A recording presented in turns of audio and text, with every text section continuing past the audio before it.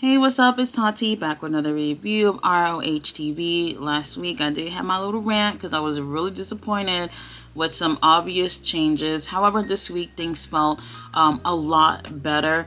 We started off the night with a really strong match, a pure rules match between Lee Moriarty and Rocky Romero. I absolutely enjoy this. However, I did think this match, I thought it was going to be more of a technical match, which is why I really do love pure rule matches, because I love technical wrestling a lot. But with this match, compared to all the other pure rules matches that we had with ROH, at least since AEW had got ROH, this was a mix of different types of styles along with technical wrestling. So for me, this match kind of stood out compared to the other matches. While this was a really great match, I do feel like despite Lee Moriarty being heel and having Big Bill ringside, Big Bill obviously helping out Lee whenever he could, I still feel like it didn't take away from the quality of the match that we got from these two. It was an excellent way to start off. We do have Rocky Romero taking the win. So now each of these guys have a win against each other, and I'm pretty sure we're going to see a third match where these guys are going to just want to have one up against each other, where one of these guys is going to win and have the best out of 3 series. So I don't mind that. Hopefully it'll be a different type of stipulation match to make things interesting, but this was an excellent way to start off the show. If you didn't watch this match, go check it out. So next we have Athena versus Angelica. Now, before I do get into the details with this match, I just want to say these next 3 matches felt really weird with where they were placed on the card. So we have Athena here. She's actually having a proven ground match. So the ROH women's title isn't on the line. But after that, we have the TV title on the line, and then the ROH championship on the line after that. And I felt like, wow, this is super early to have these have these matches on the card. So let's go back to Athena versus Angelica. Now, this isn't her best match that she's had. However, I still recommend watching Athena. Like, every week she is absolutely nailing it. Her character is absolutely where it needs to be. I don't know if she can get even crazier at this point. And I've been saying this, like, she's been nailing it over there in ROH. Tony would never put her on AEW TV, while we have Jamie Hayter, who's getting lost in the shuffle with the women's title, and also the TBS title, which is not doing so great with Jade at the moment. However, Athena is just absolutely phenomenal. This was a really great match. I don't remember seeing Angelica before. I'm not really sure. But I do feel like this really showcased who Athena is. Right now, she has a storyline going on with Sky Blue. After her match with Angelica obviously does not take the win. She hits Sky Blue's finisher on her, and she's calling out Sky Blue because she really wants to have a match with her. Later on, we do see Sky Blue responding with an interview, and is she all right on the mic? She's okay. However, I wish there was more of a fire in her voice, especially with going against somebody like Athena, who, when she has the mic, she is super convincing. So she's like, hey, I'll take your challenge. I'll, have a match with you for the ROH women's title. Athena later on responds to her and let her know that, hey, you don't know what you're getting yourself into. I'm really looking forward to see how Sky Blue holds her own against Athena, but we know she is not going to take that win. Next 2 matches are so good, I'm not really sure which ones are my favorite. Next, we had the TV title on the line, Christopher Daniels versus Samoa Joe. The crowd loves Samoa Joe. They love Christopher Daniels too, but it's like Samoa Joe is still heel here, but they kept cheering for him. People just love him. He's a great wrestler. I love his voice. I love his character. So even if he's heel, it's like, man, he's still pretty good to me. So we really got to see the crowd really behind him. And at times with Christopher Daniels too. This was a really great match. Aside from the match that he had at Supercard of Honor, I think this was the best match that he has had since ROH has started like 2 months ago. They have been putting him in squash matches and matches that were barely 5 minutes, and I felt like it didn't show too much of who Samoa Joe was. We started seeing a little bit more of him with his match with Colt Cabana, but it just still wasn't enough. And this week with Christopher Daniels, I think a fire was up his ass this week, and it was so amazing.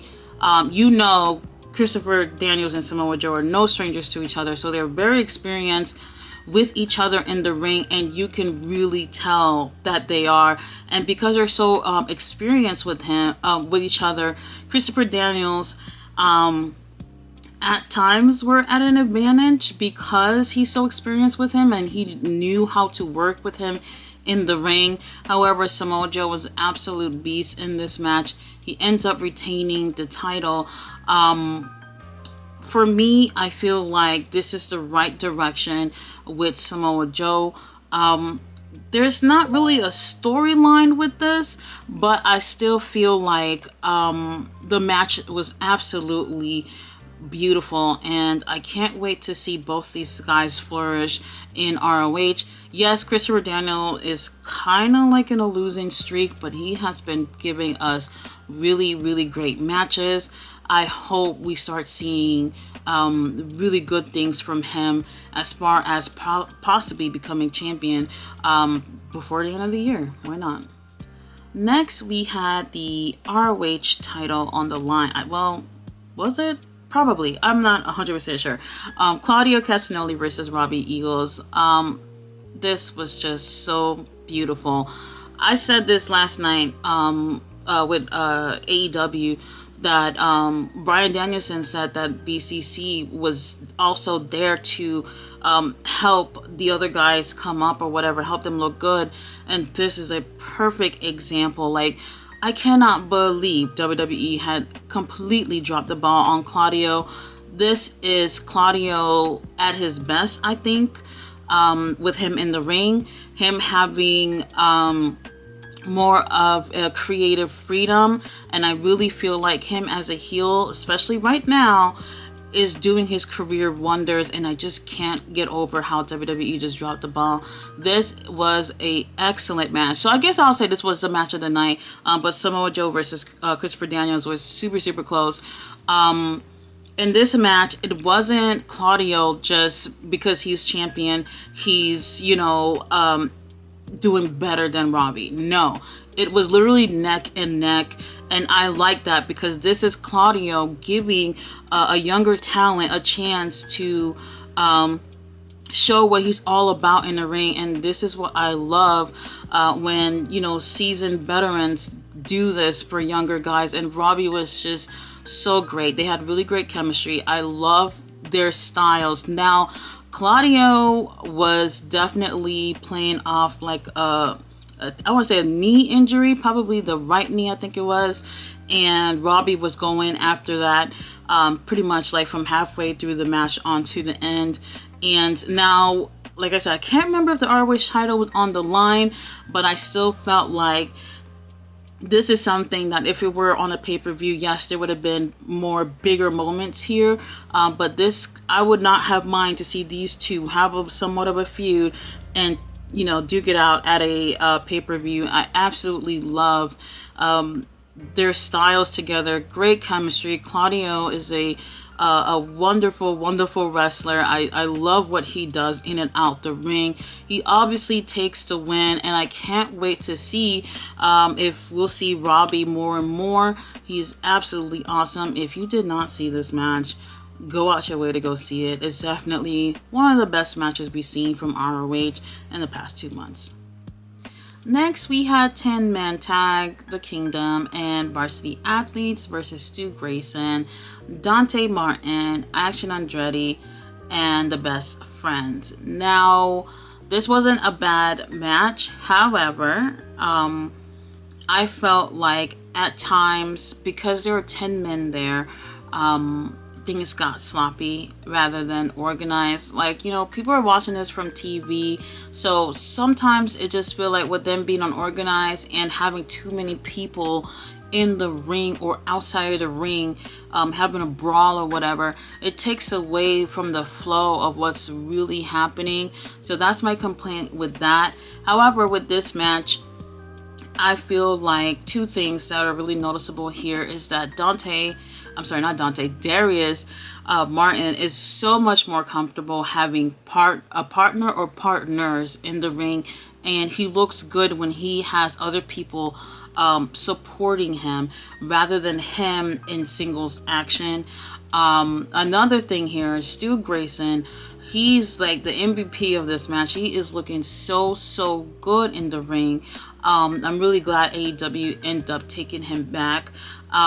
So he's the MVP in this match. With that being said, he has something going on with the Righteous right now.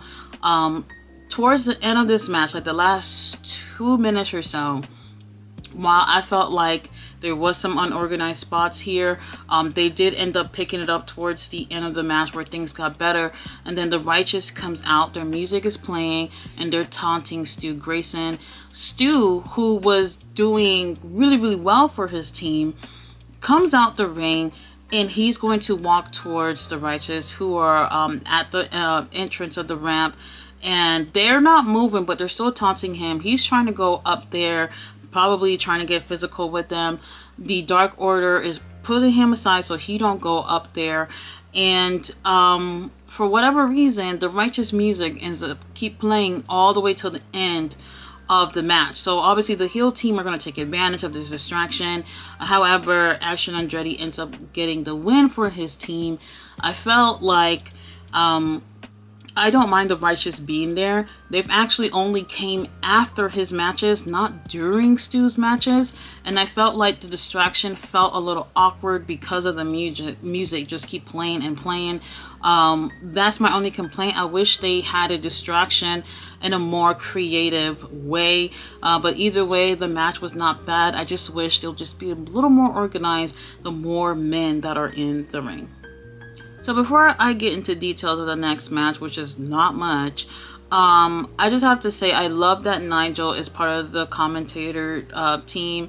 He actually balanced things out because I think Caprice and Ian they sympathize too much for the baby faces, but they are like this, okay? They have such great chemistry, so I really like them. Having Nigel there, where he gravitates more towards the heels, it's such a great balance, and all three of these guys have a really great chemistry. Next match, we have Rich O'Donnell versus Preston Bandz, and to be honest, I was cracking up because all three of them did not know what Pero Peligroso means, and they basically had to Google it while they were on commentary. I thought that was funny.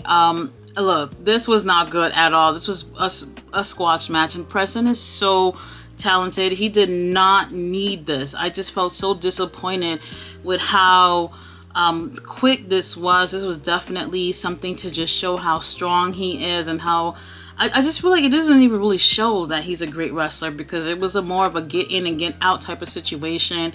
So I really hated this a lot. Next, we had Sky Blue versus Robin Renegade, and to me the match felt slow. I think more on Robin's side. I felt like she was moving slowly and getting into position slowly. It was really difficult to enjoy this. I don't really recommend looking at any of these two matches. Just filler matches that are just somewhere in the card. Not worth it. But Sky Blue does get the win. Next, we had Brian Cage versus Brock Anderson. And I was disappointed with this match. So number one, y'all already know why the hell Brian is in singles competition again. I'm over that. Now, the next thing is Brock Anderson. I know it is so tough to be a second generation wrestler, especially when your dad is the enforcer, Arn Anderson. And I feel like he has a lot to live up to. And it's not that he has to be like his dad. It's just that people want him to be good or whatnot. I just feel like since he's been in AEW, it just has not been great for him. So in the ring, Brock he's a big dude, but he's not as big as Brian. So I felt like, okay, this is not going to be a squash match. This is just going to be, two guys in the ring going at it. However, I just felt like something was lacking with Brock in this match, so it made it hard to enjoy. I feel like he has to do a lot of work. I'm not trying to say that he lacks experience. I just feel like he's not as great, especially if he has someone like Arn who's training him. I do expect to see much more than what we saw earlier today. Now, even though he's booked to lose, he could have still showed a lot better, and that was not the case. So I did not enjoy this match at all. Brian did pick up the win. Where the hell are your partners? So real quick, first month of ROH was really good for tag teams. Then Supercard of Honor. After that match, I don't know what the hell happened with the tag division. And also the trios division is non-existent. And ROH, I'm annoyed as hell. I don't want to see Brian in any more singles competition from here on out. It doesn't make sense for the 6-man tag championship. It doesn't make sense. Next, we had Willow Nightingale versus Steph DeLander.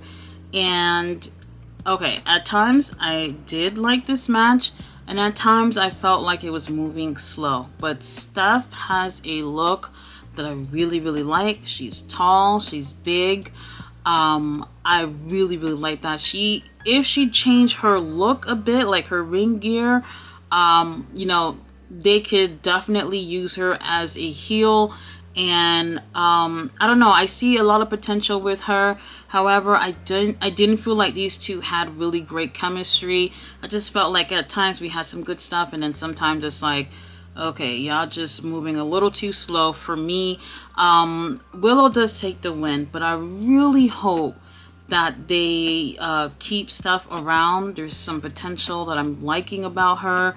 Her presence is really, really great. She definitely needs to change her look a bit. I do like her hair or whatever, but all the other stuff can easily be changed.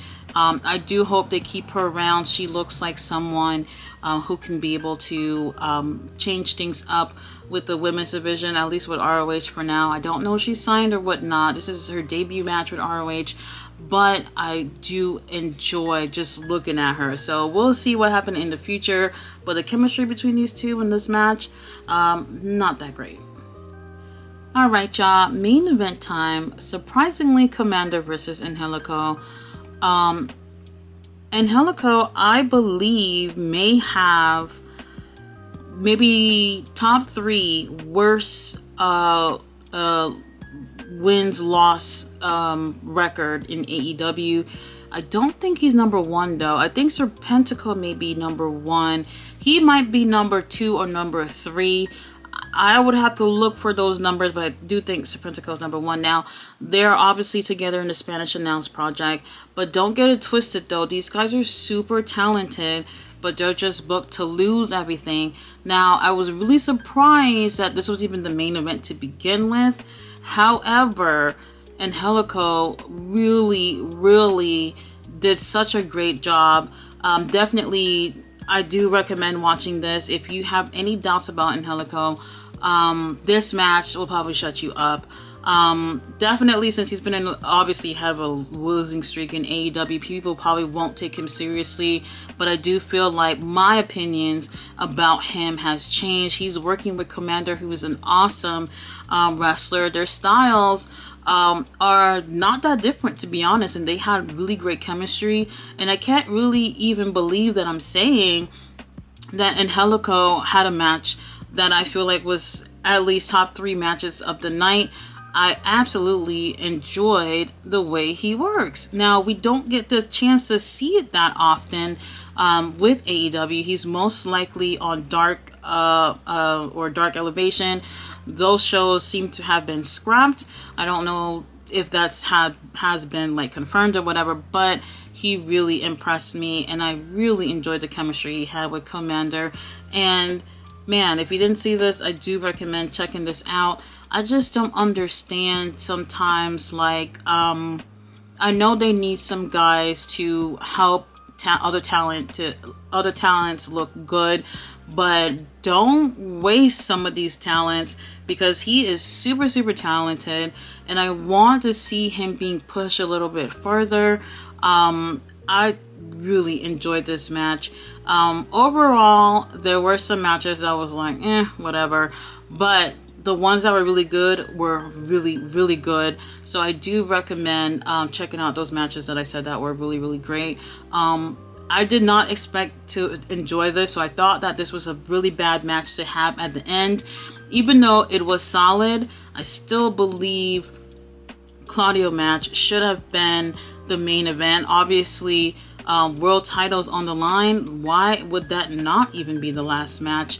Sometimes I wonder if they, after filming, if they changed the order of these matches to make it flow better. The show, I don't feel like flowed better, but at least we got some really great matches. I just hope they fix the order of the matches on these cards so it looks much better. Guys, thanks so much for watching my review. Dynamite is tomorrow at 6:30, so they say. Last week they gave us a time and then switched it up hours before. So I'm interested to see what goes on over there, especially since we have the Hardys team and the Firm about to have a brawl at the Hardy compound. So I can't wait to see where that goes. Guys, thanks for watching. Bye.